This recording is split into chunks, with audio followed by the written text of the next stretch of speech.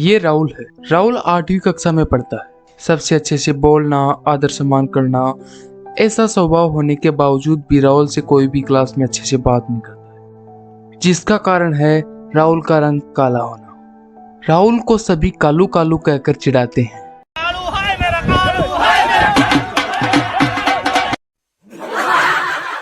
राहुल का रंग काला होने के कारण उसे स्कूल में भी कई बार नफरत का पात्र बनना पड़ता था। अरे कालू, पीछे लगो वरना सर डांटेंगे तुमको।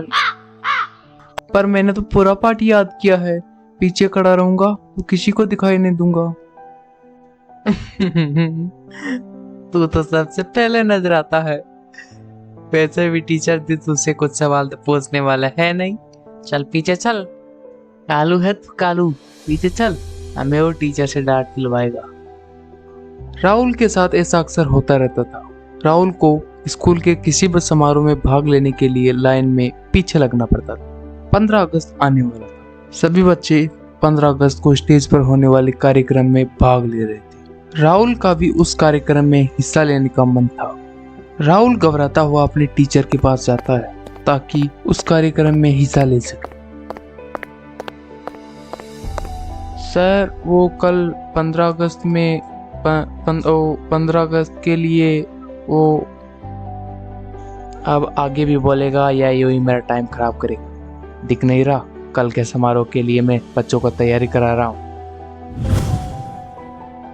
वो कल मुझे डांस कंपटीशन में हिस्सा लेना है। डांस के बच्चे पूरे हो चुके हैं, अब तुम इस ग्रुप में नहीं आ सकते, सॉरी। और वैसे भी मुझे डांस के लिए सुंदर सुंदर लड़के चाहिए, कोई काली कलूटिया नहीं। वैसे भी तुम इनसे बहुत अलग दिखोगे। राहुल निराश होकर वापस चला जाता है और घर पर जाकर अपनी माँ को पूरी बात बताता है।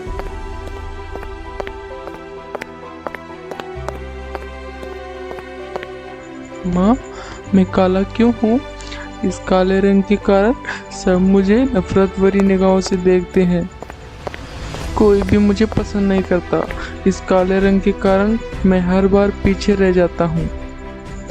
कल 15 अगस्त है, उसमें भी मैं भाग नहीं ले पाऊंगा। अरे मेरे राजा बेटा, तुम्हें पता है कान्हा जी का रंग भी सांवला था। लोग उन्हें काला बुलाते थे, लेकिन वो किसी की बात का बुरा नहीं मानते थे। उन्होंने दुनिया का भला किया, इसीलिए तो भगवान कहलाए। जब भगवान ही अपने रंग से निराश नहीं हुए तो तुम क्यों?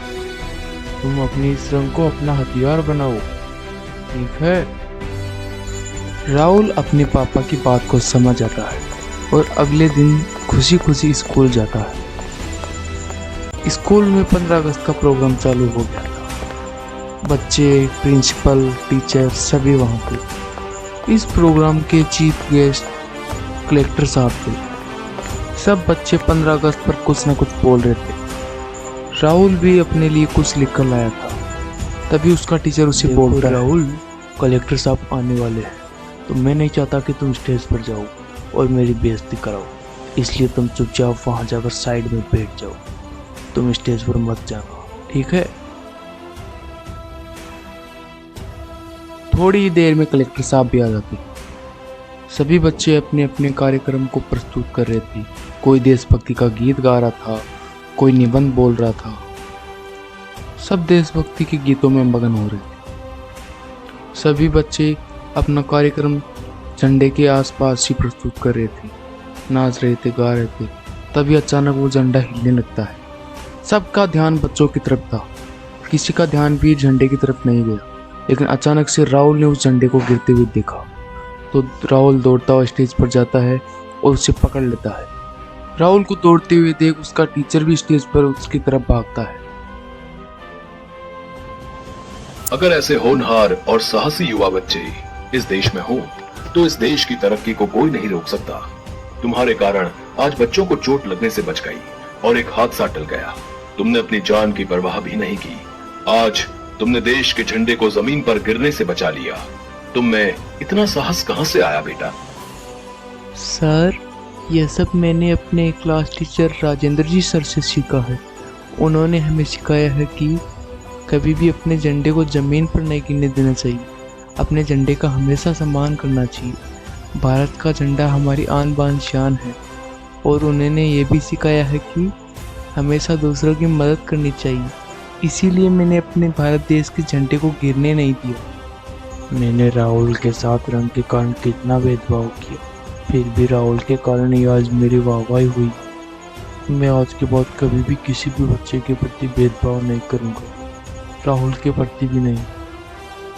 राहुल की इस बहादुरी को देखकर सभी प्रसन्न होते हैं। राहुल को उसकी बहादुरी के कारण इनाम दिया जाता है। उस दिन के बाद कोई भी उसे कालू नाम से नहीं चिढ़ाता है, कोई भी उसके प्रति काले रंग के लिए भेदभाव नहीं करता है। सब उसके साथ प्यार प्रेम से रहने लगते हैं।